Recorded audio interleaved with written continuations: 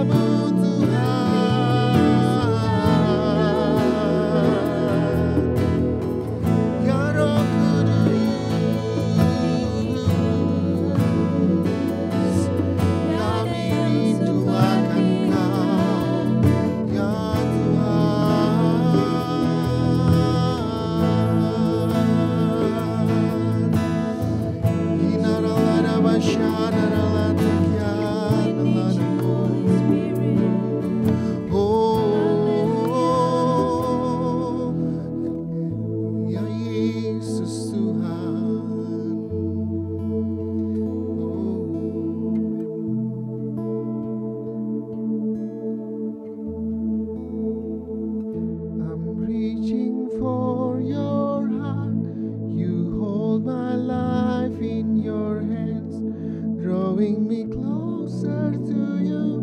I feel your power in you. Nothing compares to this place where I can see you face to face. I worship you in spirit and in truth.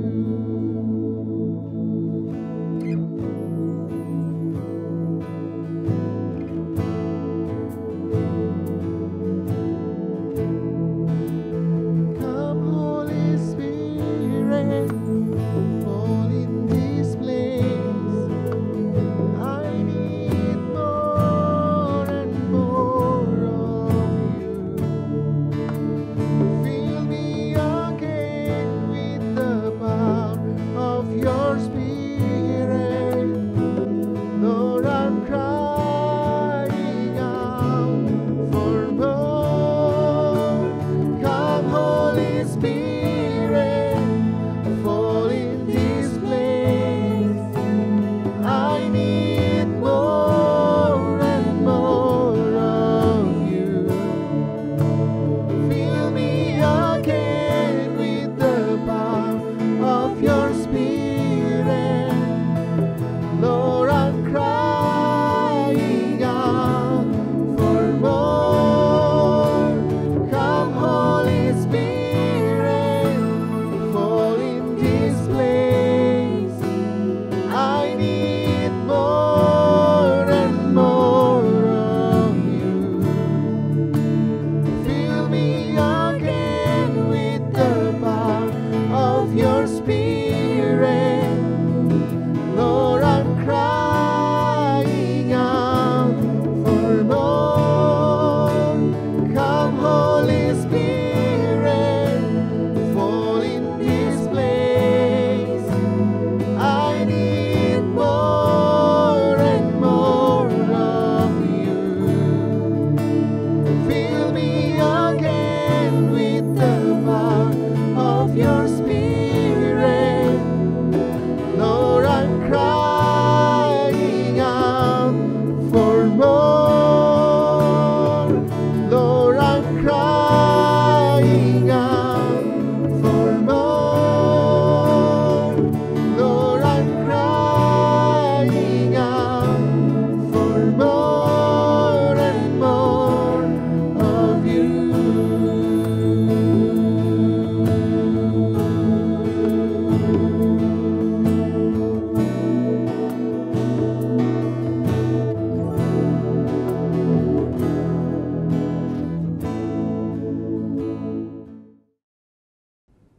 Shalom teman-teman TYO Outbox di Plaza Indonesia. Terima kasih untuk kesempatannya. Saya bisa sharing kembali bersama-sama dan saya tahu setiap kita pasti dalam keadaan yang sehat, keadaan yang luar biasa. Karena Tuhan kita yang terus memelihara kita. Amin. Hari ini saya akan sharing tentang apa yang sedang kita rayakan hari ini, yakni tentang pencurahan Roh Kudus. Oke, ada latar belakang yang paling penting yang harus kita semua sebagai anak-anak muda mengerti tentang apa itu pencurahan Roh Kudus yang terjadi 2000 tahun yang lalu. Nah, latar belakangnya itu setelah Tuhan Yesus bangkit, maka Tuhan Yesus berkeliling dahulu. Dia tidak langsung pergi ke surga, tapi dia berkeliling dahulu. Kemudian 40 hari dia melakukan hal-hal yang menarik. Nah, hal-hal apa seperti yang tadi saya katakan yang menarik? Yang pertama dalam Kisah Para Rasul 1 ayat yang ketiga. Nah, kepada mereka ia menunjukkan dirinya. Yesus menunjukkan dirinya kepada siapa? Kepada murid-muridnya. Setelah penderitaannya selesai dan dengan banyak tanda ia membuktikan bahwa ia hidup. Jadi Yesus kemana-mana memperlihatkan diri bagi para murid-murid, bagi orang percaya, dan membuktikan bahwa sungguh Yesus hidup. Kemudian sebab selama 40 hari ia berulang-ulang menampakkan diri dan berbicara kepada mereka. Apa yang Yesus bicarakan? Alkitab saya menulis bahwa dan berbicara kepada mereka tentang kerajaan Allah. So, begitu pentingnya kerajaan Allah. Nah, setelah itu kemudian Yesus terangkat. Kita tahu cerita itu. Yesus terangkat dan 10 hari sesudah Yesus terangkat, terjadilah sebuah peristiwa yang menjadi yang menjadi momentum di mana dunia mulai berubah. Peristiwa apa itu? Peristiwa di mana kita kenal pencurahan Roh Kudus. Murid-murid orang percaya berkumpul di loteng atas dan mendapatkan Roh Kudus. Nah, peristiwa inilah yang kita rayakan sampai hari ini, di mana 40 hari Yesus bersama-sama, 10 hari kemudian setelah Yesus terangkat, Roh Kudus dicurahkan. Nah, ada tiga pertanyaan penting yang kita akan belajar sama-sama, dan lewat pertanyaan ini saya berharap baik saya, semua teman-teman yang ada di TYO, yang ada di rumah, bisa dapat belajar kenapa ya kita merayakan hari pencurahan Roh Kudus. Nah, pertanyaannya itu ada 3. Yang pertama, untuk apa sih Roh Kudus dicurahkan? Yang kedua, kepada siapa Roh Kudus dicurahkan? Dan yang ketiga, untuk kepentingan apa Roh Kudus itu dicurahkan? Nah, yang pertama, untuk apa Roh Kudus dicurahkan? Kalau kita lihat dalam Yohanes 16 ayatnya yang ke-7 sampai ayatnya yang ke-10, berkata begini. Namun benar yang kukatakan ini kepadamu, Yesus sedang berbicara kepada murid-muridnya, adalah lebih berguna bagi kamu jika aku pergi. Sebab jikalau aku tidak pergi, penghibur itu tidak akan datang kepadamu. Jikalau aku pergi, aku akan mengutus dia kepadamu. Mengutus siapa? Mengutus penghibur. Ayat yang ke-8, dan kalau ia datang. Nah, jadi waktu Roh Kudus datang, ia akan menginsyafkan dunia akan dosa, kebenaran, dan penghakiman. Ayat yang ke-9, akan dosa karena mereka tetap tidak percaya kepadaku. Ayat yang ke-10, akan kebenaran karena aku pergi kepada Bapa dan kamu tidak akan melihat lagi. Ayat yang ke-11, penghakiman karena penguasa dunia ini telah dihukum. Nah, ini menjadi penting. Kata penghibur ini dalam bahasa Yunani kita tahu dengan istilah parakletos. Jadi teman-teman sambil belajar lah. Walaupun kita muda, kita mesti semakin ngerti. Oh, parakletos itu artinya penolong, penghibur, pembela. Atau kita dalam bahasa Inggrisnya comforter, counselor, sama advocate. Nah, dalam Yohanes 16 ayat 12 sampai 13, ayat yang ke-12 berkata, masih banyak hal yang harus kukatakan kepadamu, tetapi sekarang kamu belum dapat menanggungnya. Kemudian ayat yang ke-13, tetapi apabila ia datang, nah, yaitu roh kebenaran. Ternyata penghibur itu juga roh kebenaran. Ia akan memimpin kamu ke dalam seluruh kebenaran, sebab ia tidak akan berkata-kata dari dirinya sendiri. Tetapi segala sesuatu yang didengarnya itulah yang akan dikatakannya. Ia akan memberitakan kepadamu hal-hal yang akan datang. Nah, kita belajar sama-sama untuk apa sih Roh Kudus dicurahkan dalam kehidupan kita, khususnya orang-orang yang percaya.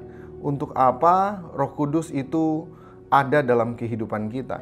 Dari ayat tadi, ayat Yohanes 16 ayat 7 sampai ayatnya yang ke-10, kemudian Yohanes 16 ayat 12 sampai ayatnya yang ke-13, di situ kita belajar sama-sama bahwa yang pertama, Roh Kudus dicurahkan itu untuk menjadi penolong, menjadi penghibur, menjadi pembela, menjadi comforter, counselor, advocate.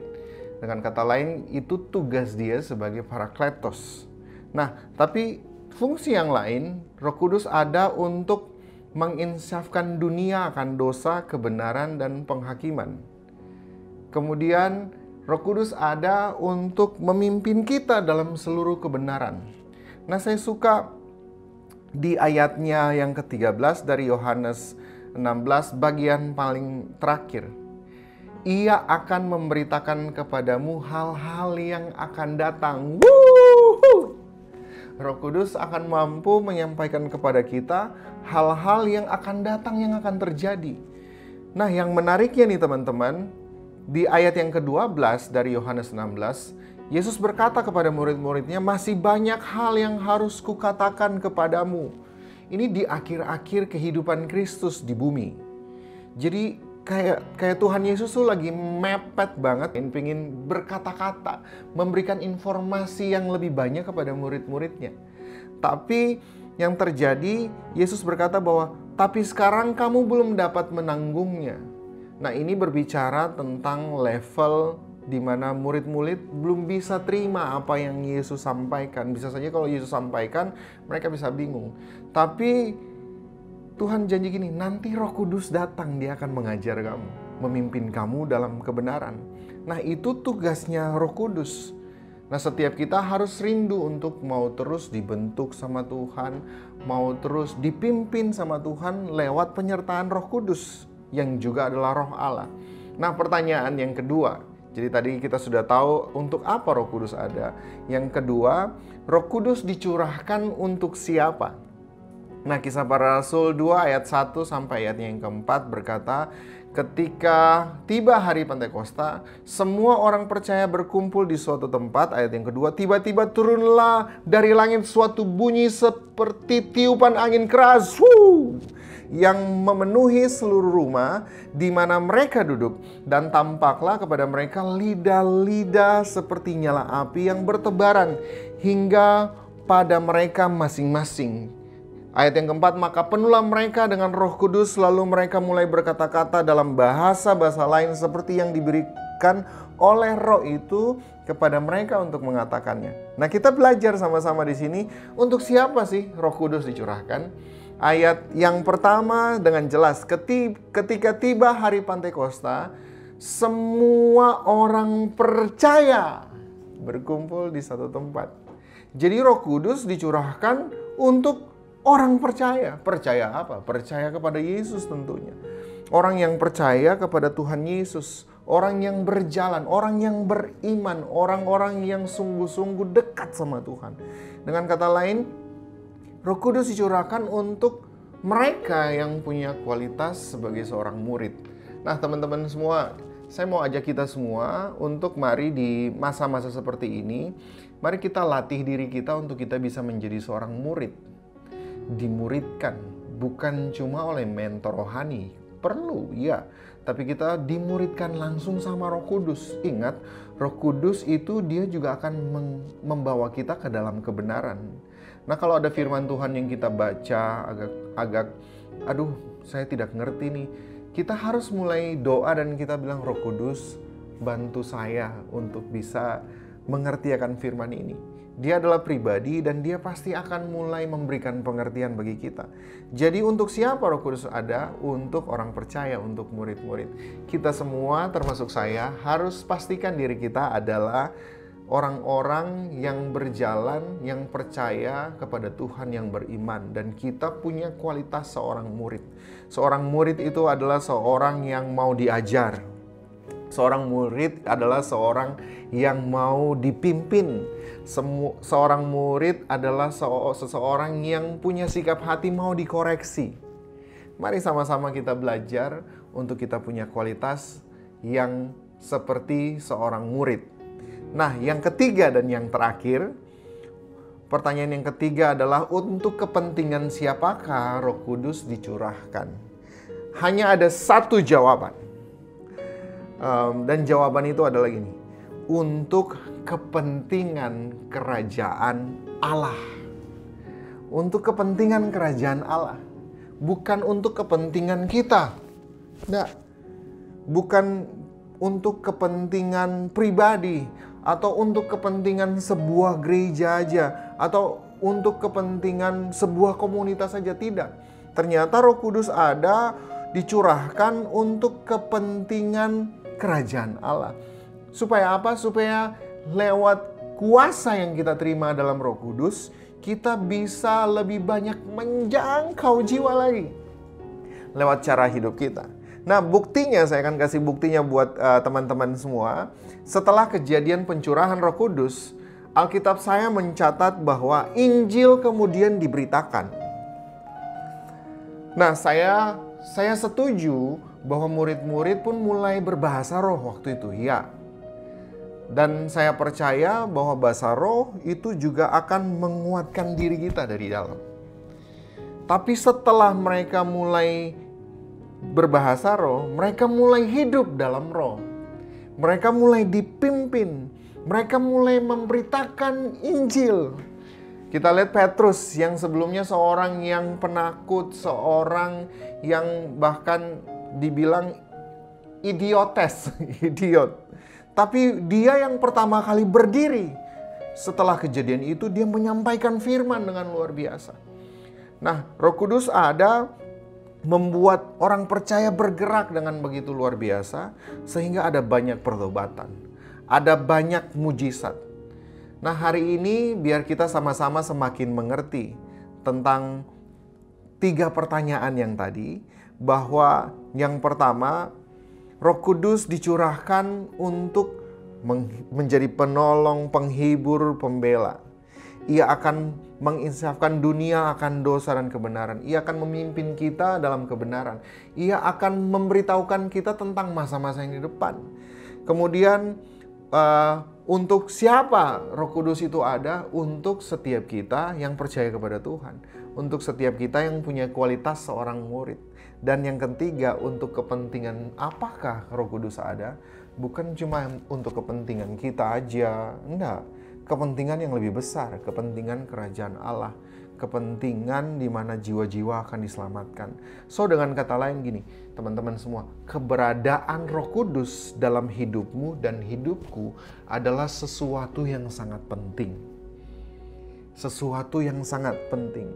Untuk itu saya mau mengajak semua teman-teman untuk kita bersama-sama merayakan hari ini, Hari Pencurahan Roh Kudus, dengan pengertian yang benar.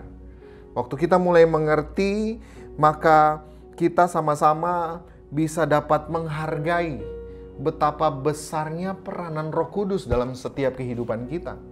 Dia bukan cuma, Roh Kudus bukan cuma sesuatu yang kayak zat atau apa. No. Ternyata Roh Kudus itu mampu untuk melakukan pekerjaan-pekerjaan yang besar dalam hidup kita. Roh Kudus mampu mengubahkan kita. Setelah dia mengubahkan kita, yang terjadi, perubahan itu akan meledak. Saya suka dengan itu. Perubahan itu akan meledak keluar. Sehingga orang lain pun diselamatkan. Orang lain melihat, wah luar biasa. Wah dahsyat. Dalam keadaan yang sepertinya work from home, dalam keadaan belajar dari rumah, kok anak-anak TYO, anak-anak Kristen yang percaya sama Yesus, kok mereka tetap bersuka cita. Orang lain bisa lihat ledakan sukacita dari dirimu, ledakan damai sejahtera dari dirimu. Dan itu yang akan membuat dunia menjadi berbeda. Ingatlah bahwa kita punya warna yang berbeda di tengah-tengah kegelapan.